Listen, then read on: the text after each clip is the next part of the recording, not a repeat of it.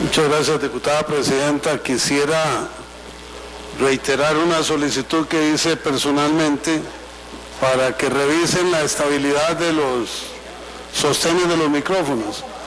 Sé que hay un problema de antigüedad, pero un ajuste no está pegado al cielo. Quisiera comenzar por decirle a los colegas y las colegas del magisterio que Liberación Nacional está para votar desde hace 2 semanas. No nos han dado posibilidad de hacerlo. Hoy estamos para votar nuevamente. Lo que necesitamos es que nos digan, se somete a votación, y eso no lo hacemos nosotros. Y lo digo directa y claramente porque durante las últimas semanas se han cometido una serie de injusticias atribuyéndonos circunstancias que son ajenas absolutamente a nosotros. En segundo lugar, quisiera aprovechar esta intervención para recapitular y unir elementos distintos en el acontecer legislativo de los últimos días que nos marcan el camino de las semanas venideras. Se hizo un esfuerzo importante y consistente de diputadas y diputados de diferentes fracciones para llegar a un acuerdo en materia de presupuesto. No se logró y terminó resolviéndose por una vía distinta de la idónea, creemos muchos de nosotros, distinta de la legal y peor aún, distinta de la ética. Nos preguntan en los medios de comunicación qué sigue y la respuesta es concreta y directa: publicar lo votado en concordancia con la decisión vía resolución de la Presidencia de la Asamblea Legislativa, esperar el criterio de la Sala Constitucional, y con esos elementos estaremos a las puertas de una nueva era en la constitucionalidad, la legalidad, la reglamentación y la ética del trámite presupuestario. En relación a ese tema, quisiera cerrar el capítulo ahí y pasar a otro. Hoy se conmemoran 66 años de la abolición del ejército. He escuchado con respeto, con atención, las intervenciones de diputadas y diputados en esta tarde. Y ayer, mujeres y hombres costarricenses fuimos a dar gracias ante la tumba del benemérito José Figueres Ferrer. ¿Por qué fuimos hasta allá? Porque esas tierras montañosas de San Cristóbal, en Desamparados de San José, fueron el albergue para reunir a un contingente de personas dispuestas a reivindicar los derechos sagrados de la libertad, la democracia y el libre sufragio en nuestro país. De ahí nació una guerra civil, de ahí salió un caudillo triunfador que tuvo la entereza y la visión histórica y universal de renunciar al ejercicio del mando militar, abolir el ejército, entregar el gobierno a su legítimo representante por los votos del pueblo de Costa Rica y competir después para ganar la presidencia de la República en una demoledora votación. Ante la tumba de don Pepe, pensábamos, ¿por qué no había un enorme monumento? ¿Por qué no había un arco gigantesco? ¿Por qué no había una manifestación material concordante con la inmensidad de ese gesto universal y casi único? Porque aunque se han mencionado otro caso en Asia y hay dos más en América, en ninguno de esos casos fue un comandante victorioso el que estableció la abolición del ejército.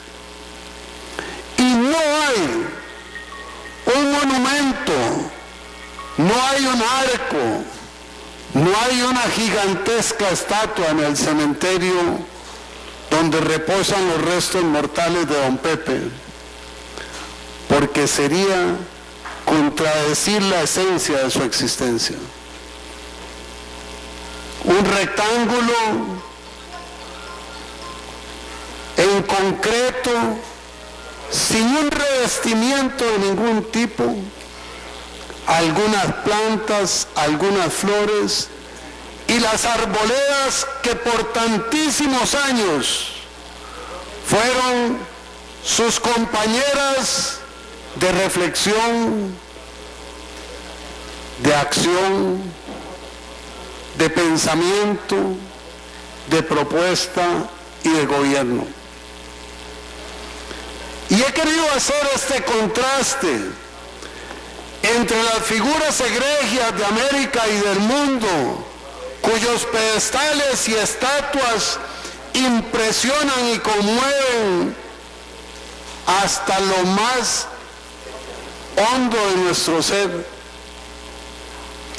para reflexionar no solo sobre la magnitud de un gigante político como José Figueres Ferrer, sino de la congruencia de quien avisoró el futuro en la abolición del ejército y culminó su paso por el mundo reposando en la horizontalidad de la tierra, donde se equipara y armoniza en el todo y en la nada con la sociedad agrícola, con la sociedad pobre, con la sociedad necesitada de Costa Rica.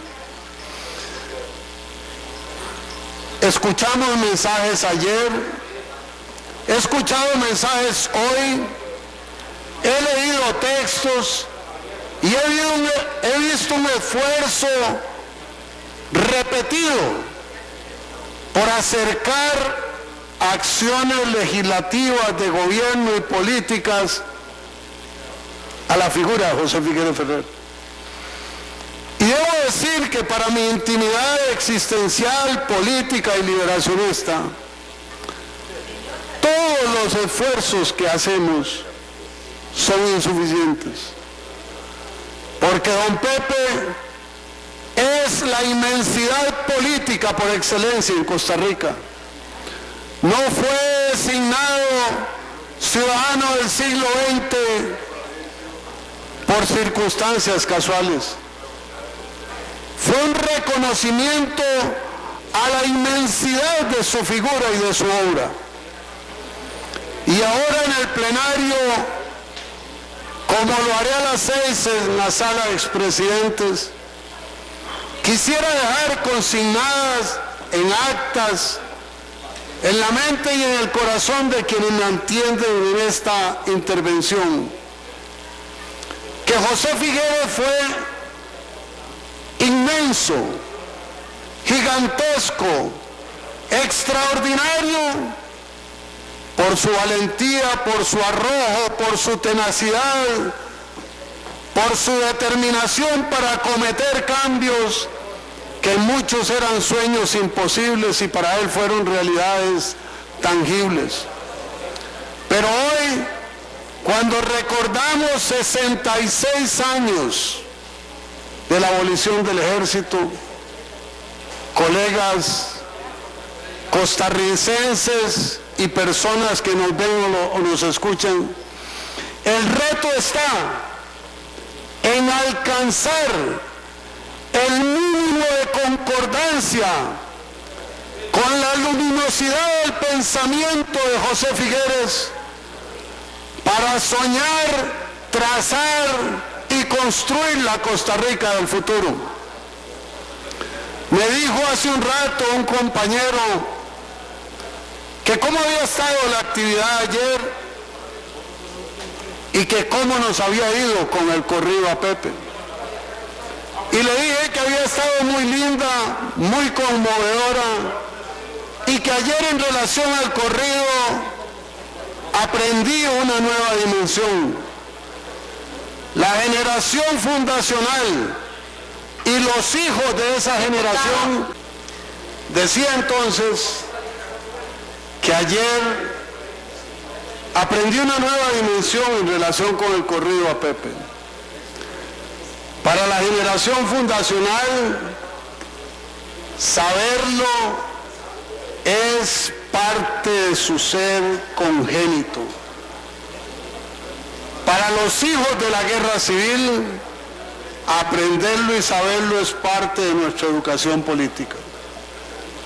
Para las nuevas generaciones, de las cuales ayer hubo una asistencia mayoritaria y que ubicamos alrededor de la tumba de José Figueres Ferrer,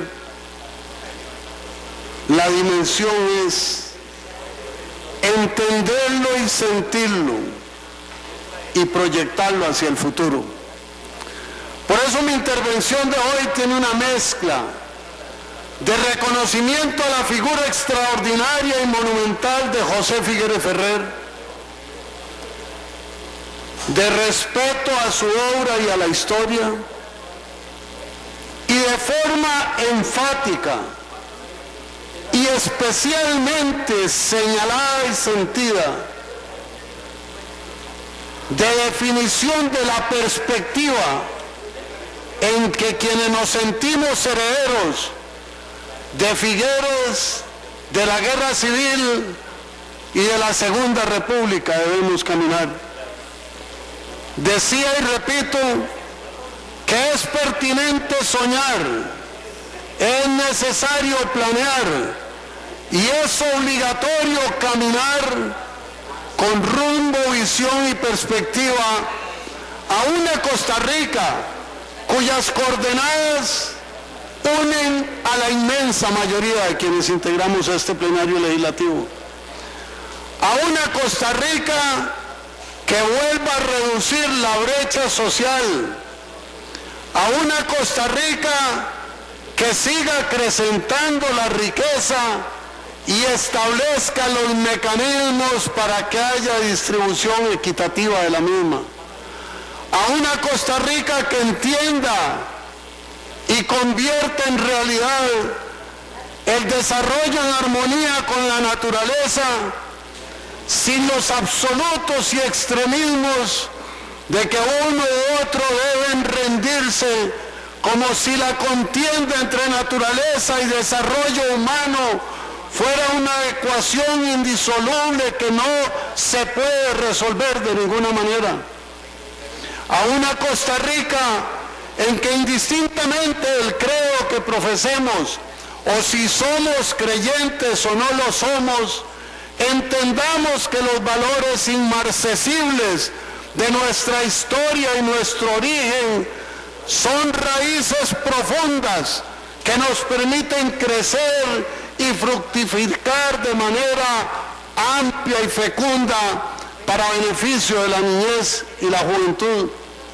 A una Costa Rica que se detenga a hacer un alto en el camino de la educación, donde poco a poco nos vamos dislocando del modelo de desarrollo nacional y regional, donde seguimos preparando bachilleres académicos cuando es requiriente, insistivo y frecuente en el mercado laboral el colectivo de personal técnico calificado, que trabaje bien, que gane bien, que viva bien. No podemos, amigas y amigos, seguir soñando con la Costa Rica de la academia pura, teórica, de escritorio y gabinete, y olvidándonos de la Costa Rica que en la ruralidad debe apalancarse y prepararse para la competitividad, y que en las aulas escolares, colegiales y universitarias también debe aprestarse con el armamento y el equipamiento necesario para insertarse en el nuevo mundo de la producción y la competencia. Continúa con el uso de la palabra el diputado Michael Arce. Le cede su tiempo al diputado Rolando González. Hasta por 15 minutos, diputado. Puede usted continuar. Hacia esa Costa Rica quisiera que apuntemos. En mi caso, que lo hagamos por un imperativo moral, porque soy educador, porque soy parte de un núcleo familiar, porque le debo todo a esta Costa Rica generosa y solidaria, y porque soy heredero de José Figueres Ferrer. Y quisiera sintonizar con su magnífica historia y con su inmensa dimensión existencial en el universo para contribuir a generar un país de mejor calidad de vida. A quienes coinciden en este pensamiento, porque estamos en la obligación de hacer un alto en el camino, de celebrar las glorias que haya que celebrar, de hacer un punto de inflexión y de mea culpa en los errores propios y ajenos que debamos apechugar, y de sembrar, preparando el terreno, atendiéndolo, cuidándolo, las cosechas del mañana. Y redondeo estas reflexiones haciendo una alusión a hechos que son preocupantes. La contienda política justifica la diferencia de criterios, valida que hagamos contraste de posiciones, de valores, de abordajes estratégicos, programáticos, pero jamás justifica el ataque personal, el que un diputado ha denominado en este plenario el ataque ad hominem. Ese ataque en que de manera sutil o evidente descalificamos a alguien, no combatiendo en las ideas, sino descalificando sus posiciones o sus personas. No olvidemos que si usamos la expresividad formal de Cartago, la vida política es una escalera de caracol. Y si nos vamos al lenguaje prosaico de los alajuelas, con frecuencia la vida política es un gallinero. En uno y otro caso, a veces estamos arriba y a veces estamos abajo. Y cuando queremos enmascarar un ataque, debemos pensar, ¿cuándo regresará ese fuego, tal vez más incandescente, para hacer de nosotros, de mí, la persona herida y lastimada? Todos nosotros somos figuras públicas. Cada uno de nosotros puede caer en error ayer, hoy o mañana. Y si es en el plenario legislativo, donde el error que cometimos o que se nos atribuye en una tertulia, cuidado cómo se maneja. Cuidado, porque si el plenario legislativo sigue el camino de magnificar los yerros de sus integrantes, sin que sea una frase exacta para lo que constituimos nosotros, yo recuerdo siempre en mi vida a Martín Fierro. Y como no soy persona de memoria para frases y citas, la digo a mi manera. Los hermanos sean unidos, esa es la ley primera, porque si están divididos, se los comen los de afuera. y con mucha facilidad en este plenario que apenas tiene unos meses de caminar, he visto ataques que se cruzan hacia algunos de nosotros o de algunos de nosotros hacia otros. Tengamos cuidado, combatamos las ideas, combatamos los programas, respetemos las personas, los cargos y las investiduras. Tengamos presente que cuando echamos a rodar una bola de nieve, nada nos garantiza que no nos vayamos con ella y termine pasándonos encima. Y como el tema de mi intervención era José Figueres Ferrer, de él recuerdo como uno de los elementos más claros de su personalidad, que en claras o en oscuras, en buenas o en malas, en risueñas o en tristes situaciones, nunca dejó de ser amigo de sus amigos. Nunca dejó de estar hombro a hombro con quien estaba en desdicha o desgracia. Nunca fue la figura pública que públicamente atacara a sus contendores. En la intimidad combatió con ahínco, con denuedo, con gallardía hasta terminar sus causas. A él le debemos como herencia en gran medida la Costa Rica que hoy tenemos. A otros y otras como él articular esta Costa Rica que disfrutamos. Pero no olvidemos esa frase de Martín Fierro, porque aunque no seamos hermanas y hermanos, sí somos parte de un mismo conglomerado que tiene la sagrada investidura de representar al pueblo de Costa Rica para dar lo mejor de nosotros. Muchísimas gracias, diputada presidenta.